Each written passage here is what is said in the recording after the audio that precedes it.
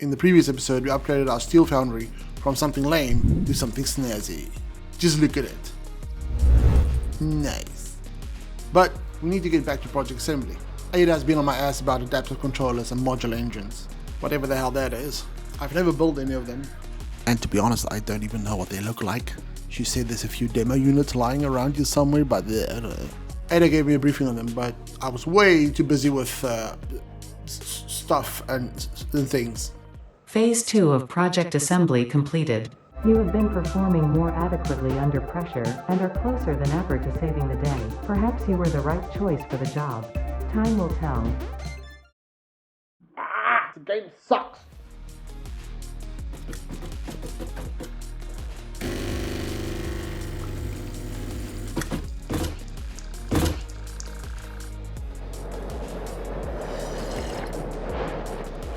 So, let's get back to the space elevator. It's kinda lame at the moment. The rule of cool must be adhered to. I really think we should go from this to this.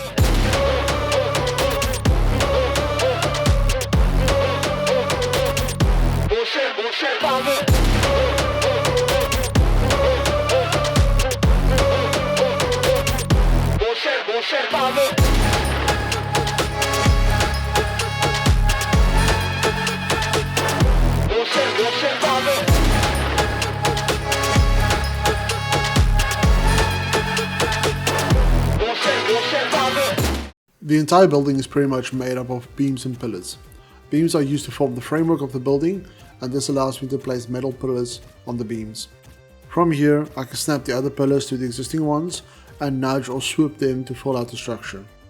I started the build from the top and had to work around the collision box of the space elevator, which is much larger than you think.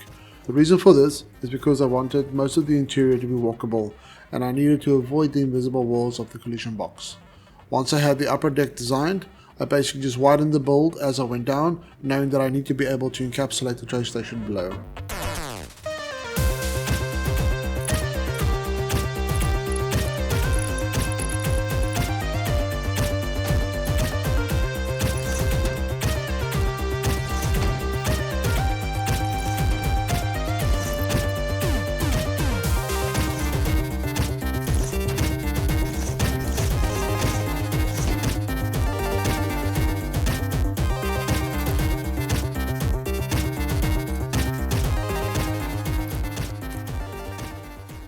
This building is loosely based on the Scarab Citadel from Rogue One. Right, let me show you guys around.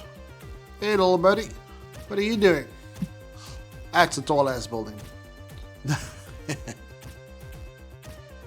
So we can actually go all the way to the top if we like to.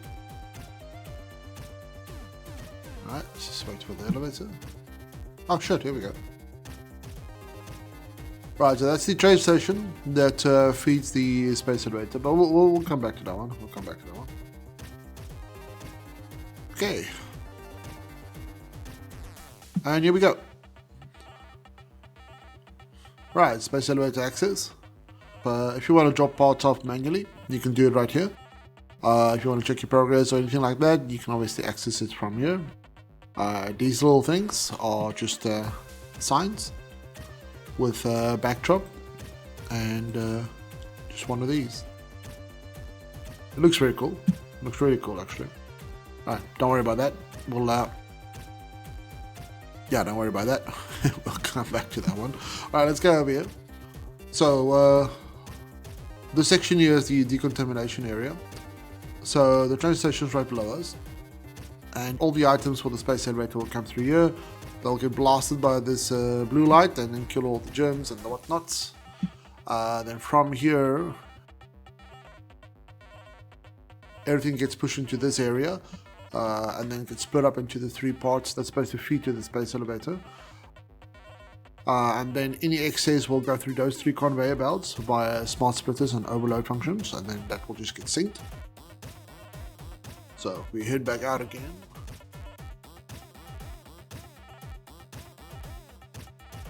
We can just grab the stairs here and we can go up to the first observation deck.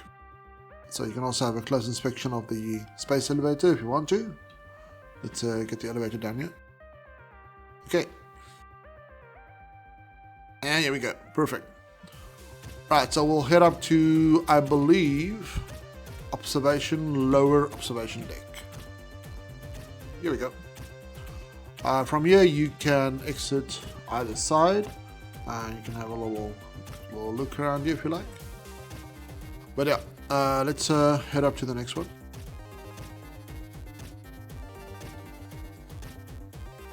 Alright, here we go, mid observation deck. And yeah, you can see we could go one more level up. So if you exit over here, you can walk all the way around if you like. Well, most of the way. Alright, so let's go to the next elevator.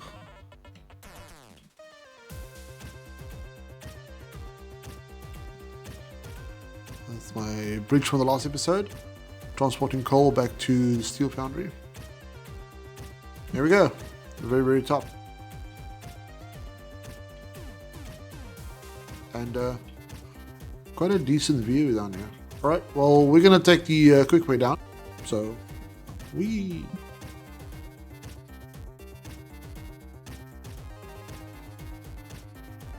nice. Look at these guys just going in a circle. I don't know why, it just tickles me. They just keep going and going and going, and they don't run out of juice, so they're not going to stop. They're just going to keep going. Anyways, let's okay, you little fucker. Alright, we'll go to the train station. We can have a look around there. Okay. And I'll show you guys what exactly is all happening up there.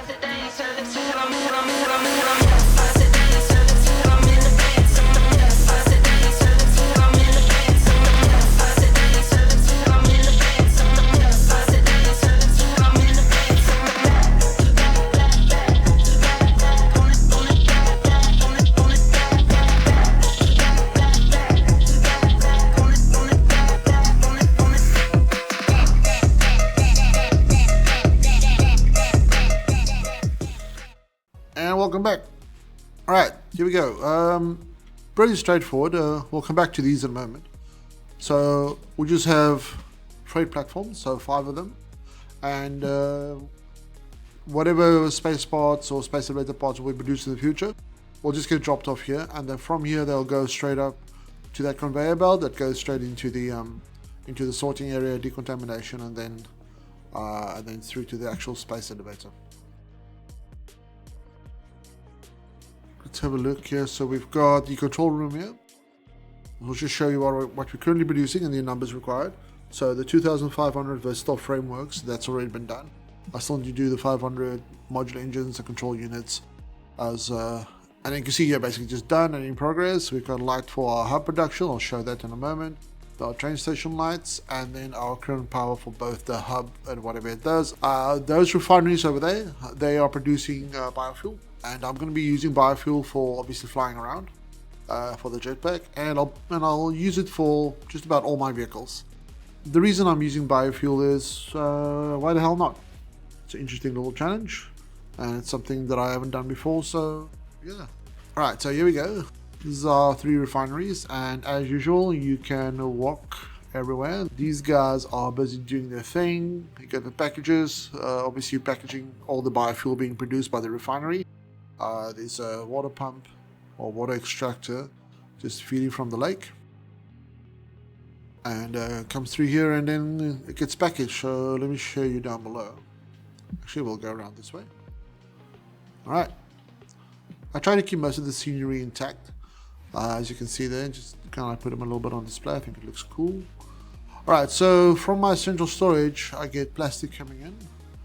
This is obviously from our 2 episodes back where we made the plastic production. So these guys are feeding those machines. They're making canisters. That then goes into the packages. Packages are grabbing the bio juice and then squirting it into the canisters, and off you go, biofuel. And this then goes off to my central storage. Anyways, yeah, so from here, This is my solid biofuel production, which then feeds the packaged biofuel refineries. So let's go have a look. Alright, so we've got solid biofuel storage.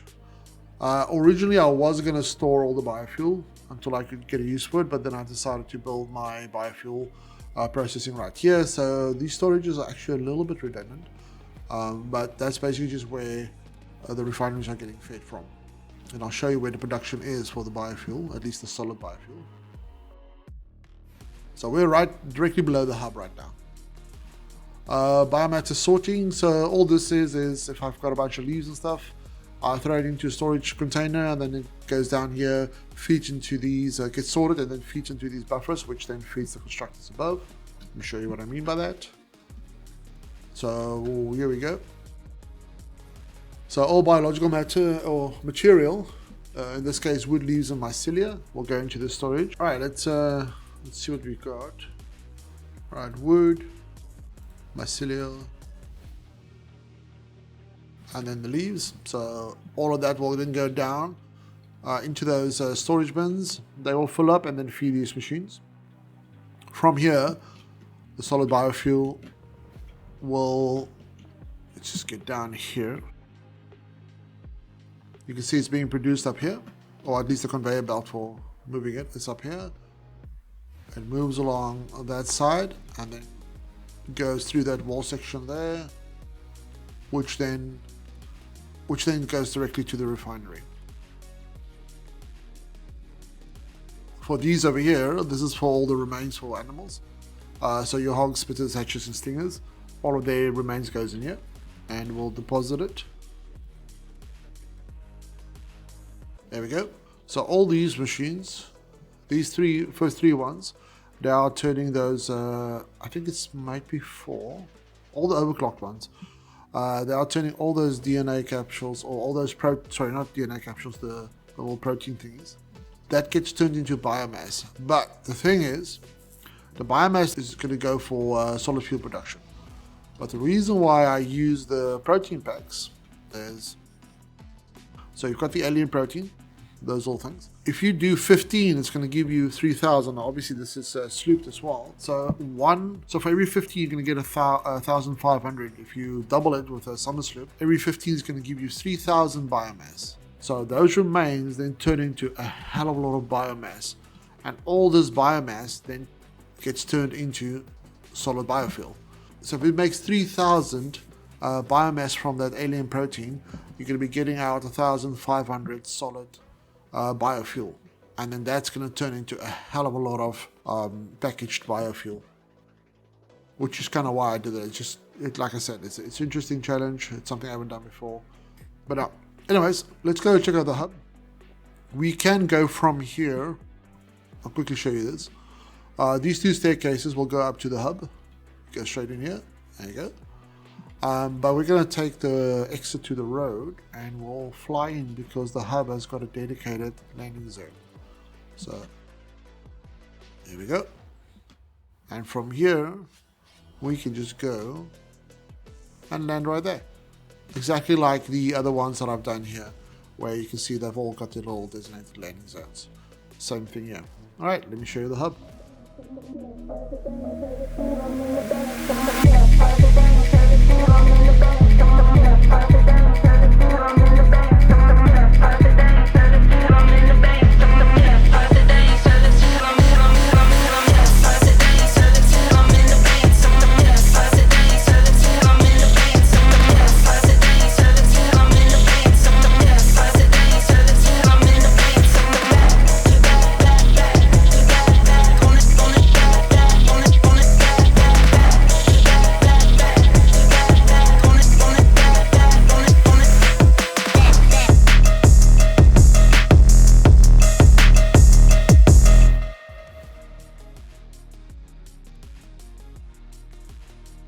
Alright, pretty cool, huh? I think this hub came out really nice. Here's my Hall of Fame for all my patrons. If you'd like to become a patron, you can get your name down here, you can get my world save, and all the details will be in the video, or join my Discord and you can have details there. There's obviously a specific section for all the patrons on Discord. I've got my little doggo trophies here, so I'm gathering a lot of tickets. and I'm glad I actually started using them because this looks really nice. This section here is my to-do list, my automation to-do. High priority is computers, heavy modular, and circuit boards. Obviously, that's all going to be for the adaptive controls and modular engines. Those are essentially going to be the next episodes, and then either in between or to supplement those episodes, I'll be doing all these smaller ones, which I still need. So at the moment, I'm handcrafting those ones if I need it, but I definitely need to automate that. So yeah.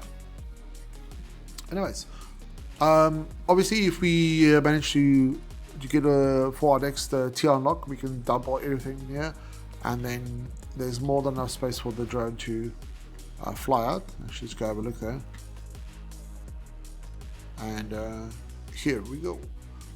So I haven't actually seen it lift off and land yet. I'm quite looking forward to that because I think it will look kind of cool for it to go through that little section there. But yeah, that's it, guys. Well, I hope you guys enjoyed this little tour. This one was a bit of a challenge to do, but it did come out really, really nice. Quite happy with it. But yeah, as usual, guys, if you enjoy this kind of content, please leave a like, subscribe if you want to. Channel memberships are now available as well, so if you want to support me on the channel, you can do so by becoming a member, and any of that kind of support will be greatly appreciated, and that just helps me to dedicate more time to this playthrough and to do all the content that I want for you guys. Alright everybody, thank you so much. I'll see you on the next one. Have a good one.